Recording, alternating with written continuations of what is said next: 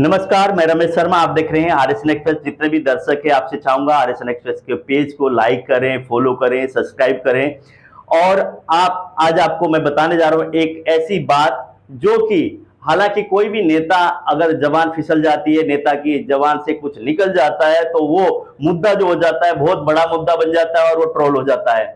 उसी की अगर बात करें, कल दीपेंद्र हुड्डा आदमपुर दौरे में थे। आदमपुर दौरे के दौरान आरएसएन एक्सप्रेस के साथ लगभग 8 से 10 मिनट हमने बातचीत की, इंटरव्यू लिया।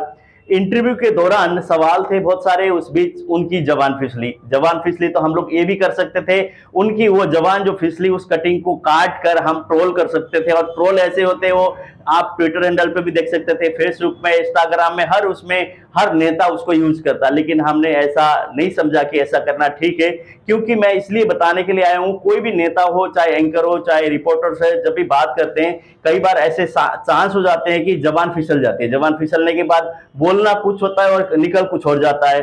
उसको लेकर नेता ज्यादातर लोग वो ना एक तरह से ट्रोल हो जाते हैं, एक तरह से वो मजाकिया बन जाता है, एक तरह उनका भाषण हो, स्पीच हो, कुछ भी।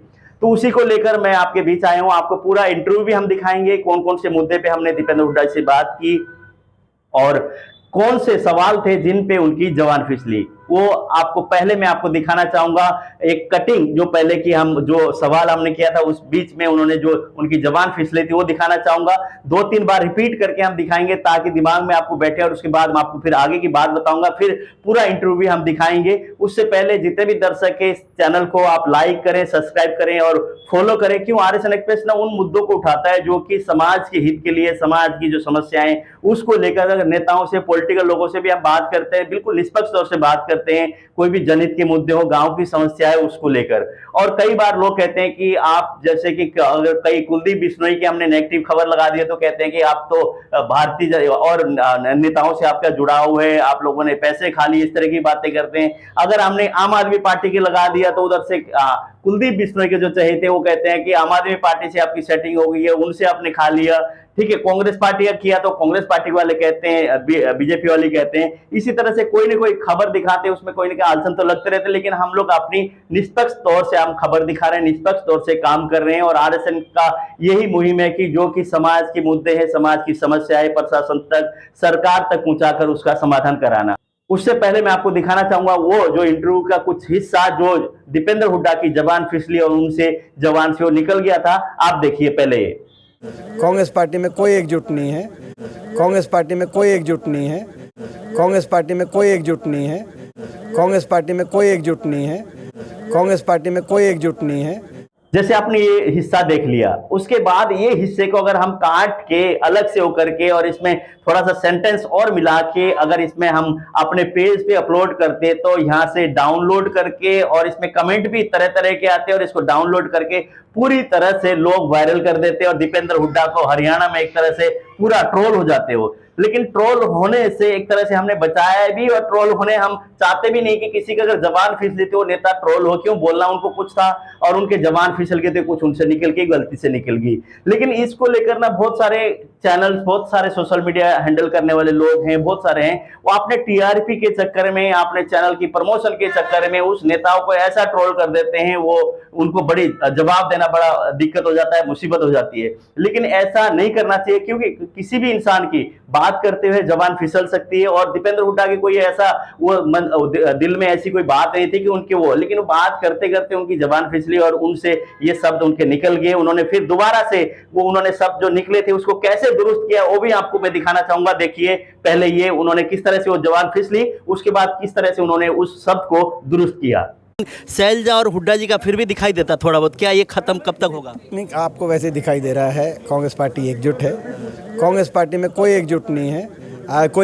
कांग्रेस पार्टी पूर्ण एकजुट है और कांग्रेस पार्टी में कोई गुटबाजी नहीं है। शैलजा और हुड्डा जी का फिर भी दिखाई देता थोड़ा बहुत, क्या ये खत्म कब तक होगा? नहीं, आपको वैसे दिखाई दे रहा है कांग्रेस पार्टी एकजुट है। कांग्रेस पार्टी में कोई एकजुट नहीं है। कांग्रेस पार्टी पूर्ण एकजुट है और कांग्रेस पार्टी में कोई गुटबाजी नहीं है। शैलजा और हुड्डा जी का फिर भी दिखाई देता थोड़ा बहुत, क्या ये खत्म कब तक होगा? नहीं, आपको वैसे दिखाई दे रहा है कांग्रेस पार्टी एकजुट है। कांग्रेस पार्टी में कोई एकजुट नहीं है। कांग्रेस पार्टी पूर्ण एकजुट है और कांग्रेस पार्टी में कोई गुटबाजी नहीं है।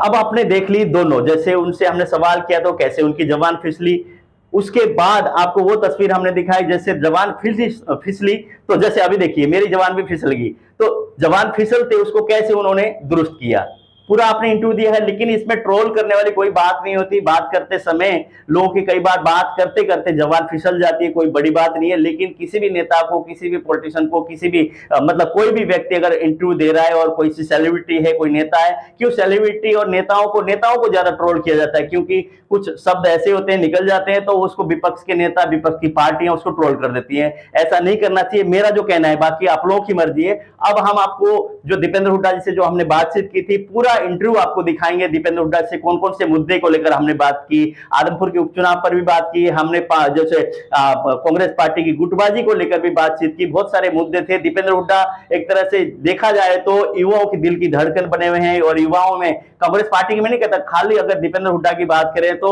जो उनका कार्यक्रम था 4 बजे का जो कार्यक्रम होना था, 8 साढ़े 8 बजे वो कार्यक्रम हुआ। हालांकि चुनावी दौरे भी नहीं है, अभी चुनाव का कोई घोषणा भी नहीं है, उससे पहले अगर वो गांव में मिलने जा रहे हैं लोगों से, अगर कहीं मुलाकात करने जा रहे हैं, तो उनके कार्यक्रम इतने लेट हो रहे हैं कि 4 बजे का कार्यक्रम 8 बजे साढ़े 8 बजे, मतलब 4 से 5 घंटे लेट हो रहे हैं। क्यों ये बताया जाता है कि जैसे कि अगर बात करेंगे कोई जिसकी लोकप्रियता होती है तो वहां ना कि एकदम से छुड़ा के जाना, वहां से निकल के जाना पब्लिक के बीच में से बहुत दिक्कत है। बात सभी लोग कल भी ये चर्चा कर रहे थे, बोले यार बड़ा सीधा आदमी है, कोई भी हाथ पकड़ के बैठा लेता है तो वो वहां से ना पूरी बात सुन के निकलते हैं। तो इस तरह से आने वाले समय में चुनाव भी है, कैसे मैनेज करेंगे ये। और उसी तरह से एक आपको एक क्लिप और मैं दिखाऊंगा। Thank you. क्या नाम है अपना? Ramesh Sharma. Ramesh, thank you. Thank you. क्या नाम है अपना? Ramesh Sharma. Ramesh, thank you. Thank you. क्या नाम है अपना? रमेश शर्मा। Ramesh, thank you.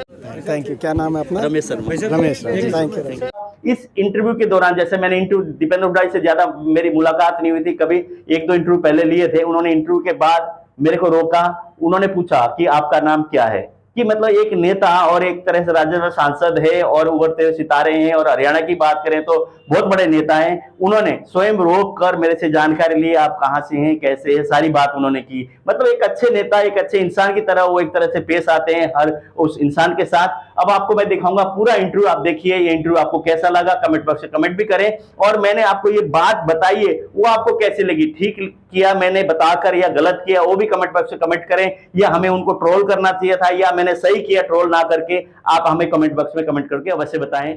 आप देखिए पूरा इंटरव्यू। एक बार मैं मीडिया को देता हूं। अभी हमारे साथ राज्यसभा सांसद दीपेंद्र हुड्डा जी हैं, आदमपुर के दौरे में हैं। लगभग 1 महीने के अंदर तीसरी बार दौरा है। और आज की अगर बात करें तो जहां 4 बजे पहुंचना था वहां 8:30 बजे पहुंच रहे हैं, इतनी व्यस्त कार्य चल रहे हैं। दीपेंद्र जी, जैसे लेट का अगर हम बात करें कि जनता का प्यार मिल रहा है या कार्यक्रम ज़्यादा रखे जा रहे हैं? आदमपुर के लोग बदलाव चाहते हैं, हरियाणा के लोग बदलाव चाहते हैं। हरियाणा की इस सरकार में आज हरियाणा देश में बेरोज़गारी में नंबर 1 पहुंच गया है। आज महंगाई ने हर आदमी की कमर तोड़ने का काम किया है। 8 साल में कोई बड़ा कोई काम, कोई विकास कार्य खट्टर सरकार में नहीं हुआ, और बीजेपी और जेजेपी अब मिलके हरियाणा को लूटने में लगे हुए हैं। ये हरियाणा का जन जन जानता है। कोई शराब माफिया कहीं पे का हावी है, कहीं पे माइनिंग माफिया हावी है। ऐसे में हरियाणा के लोग बदलाव चाहते हैं, और उस बदलाव की शुरुआत आदमपुर से होगी, ऐसा हमारा मानना है। आदमपुर के जो यहाँ पूर्व विधायक रहे हैं उनकी कार्यशैली भी कोई जनहित में कार्यशैली नहीं रही है। इन्होंने ना तो कभी संसद में, विधानसभा में मुद्दे उठाए, ना कभी अपनी ग्रांट को पूरी तरह लगाने का काम किया, नहीं कभी जो लोगों के सुख दुख में शामिल होकर लोग समस्याओं के हल करवाने के जैसे प्रयास बाकी जनप्रतिनिधि करते हैं पूरे प्रदेश में। हर पार्टी की बात कहना चाहूँगा, मगर यहाँ कुछ उस तरह के प्रयास कभी ज़्यादा नहीं हुए, ऐसा दिखाई दे रहा है। तो आज लोग बदलाव चाहते हैं, और मुझे पूरा विश्वास है आदमपुर के अंदर कांग्रेस पार्टी जीतेगी। लोग आशा भरी नज़र से पूरे प्रदेश में बदलाव के लिए कांग्रेस पार्टी की तरफ देख रहे हैं। जैसे कि अरविंद केजरीवाल की अगर बात करें, वो कहते हैं कि 107 नंबर दुकान बंद कराने में आम आदमी पार्टी का वो रहेगा। इसमें क्या आम आदमी पार्टी आगे रही है, कांग्रेस पार्टी? देखिए, वो इस प्रश्न का कोई मायने नहीं। आम आदमी पार्टी का कोई हरियाणा के अंदर कोई अस्तित्व नहीं है। उनका कोई ज़्यादा मैं समझता हूँ कोई इस प्रकार का वो नहीं। मगर ठीक है, आज वो सारे देश में जा रहे हैं, अलग अलग उनके प्रदेशों में, मगर कोई हरियाणा के अंदर कोई आम आदमी पार्टी किसी ज़्यादा बड़ी भूमिका में नहीं है। जैसे पिछड़े की अगर बात करें, 8% जो कोटा दिया है उसको लेकर पिछड़े के जो लोग हैं, नेता हैं, वो नाराज़ हैं। आप क्या कहेंगे उस पर? देखिए, वो भी एक बात बड़ी सोचने की वाली है कि वो जो बहुत बार हमने लगातार जब मांग उठाई तब जाके बैकवर्ड का रिजर्वेशन करी जो है, जबकि नगर पालिकाओं में तो करी भी नहीं थी और अब करी है। अब ना तो जितना मिलनी चाहिए थी उतनी मिली, ना ही कोई जो है जनसंख्या की आधार पे, और इसीलिए जनगणना की बार बार जो हमने मांग करी उस मांग पे भी सरकार साइलेंट है, कुछ सरकार का जवाब आया नहीं। तो ये कहीं ना कहीं ये जो बार बार हम लोग मांग करते आ रहे थे, पिछड़ा वर्ग भी मांग करते आ रहा था, एक तरीके से सरकार ने उनको जो है ये एक मैं कहूँगा कि ऊँट के मुंह में जीरा समान ये एक काम कार्य किया है, मगर इससे कोई संतुष्टि प्रदेश के लोगों की नहीं है। जैसे स्कूल के लेकर ही बच्चे आपसे गुहार भी लगा रहे हैं, आप बच्चों से भी मिले हैं स्कूल बंद करने को लेकर, उसको लेकर क्या कहेंगे? सरकार की जो एक तरह से निजीकरण की जो नीति चल रही है, जिस नीति में एयरपोर्ट बेचो, रेल बेचो, खेती में प्राइवेट घुसा दो, जो किसानों ने आंदोलन करना पड़ा, जिसकी वजह से 750 किसानों की जानें गई, तब जाके रुकी। फौज में पेंशन फ्री फौजी अग्निपथ में 4 साल में लो। तो ये सरकार कहीं ना कहीं जो महकमों पे खर्चे होते हैं उससे पीछे हटके, और अब शिक्षा में यही बात हो रही है कि भाई शिक्षक की 8 साल से भर्ती नहीं हुई हरियाणा में। क्यों भाई? 8 साल से क्या हरियाणा, और ना शिक्षकों की भर्ती हुई, ना हरियाणा के अंदर नए स्कूल खोले गए, बल्कि 301 स्कूल बंद हो गए और 4800 स्कूल मर्ज के नाम पे बंद हो गए। जो ये रैशनलाइजेशन की नीति आई है, चिराग योजना भी आई है, इसका एक ही संकेत है कि प्राइवेट हाथों में शिक्षा सौंप दो, सरकार अपनी जिम्मेदारी से हटे। ये इस नीति के हम खिलाफ हैं। सरकार को अपनी जिम्मेदारी लेनी पड़ेगी शिक्षा क्षेत्र में, खास तौर पे जो गरीब के बच्चे हैं, जो ग्रामीण आंचल के बच्चे हैं, जो किसान मजदूर के जो परिवारों के बच्चे हैं, वो कहाँ जाएंगे? उनको अच्छी शिक्षा, इसीलिए ये बड़े बुजुर्गों ने हमारे ये स्कूल बनाए थे। इस सरकार को हम पीछे नहीं हटने देंगे। जैसे आदमपुर की बात करें, जैसे आपने दौरा भी किया, कार्यकर्ताओं को भी आपने दिशा निर्देश दिए हैं कि वहाँ पे जुट जाएं, तो आने वाले उपचुनाव में क्या कांग्रेस पार्टी की तरफ से बड़े बड़े नेताओं भी इस ओर गौर करेंगे, क्योंकि आदमपुर के चुनाव से आने वाले चुनाव के लिए भविष्य तय करेगा? आदमपुर में कांग्रेस पार्टी के सभी प्रदेश के शीर्ष नेतृत्व सारे आदमपुर आएंगे। कांग्रेस के प्रदेश के कार्यकर्ता सभी को आदमपुर आएंगे। ये चुनाव बड़ा महत्वपूर्ण चुनाव रहेगा प्रदेश की राजनीति के लिए, तो हम लोग सब लोग मिलजुल के इसमें प्रयास करेंगे। ऐसा भी हो सकता है दीपेंद्र हुड्डा जी मैदान में कूद सकते हैं? देखिए, वो बात मैं पहले ही स्पष्ट कर चुका हूँ।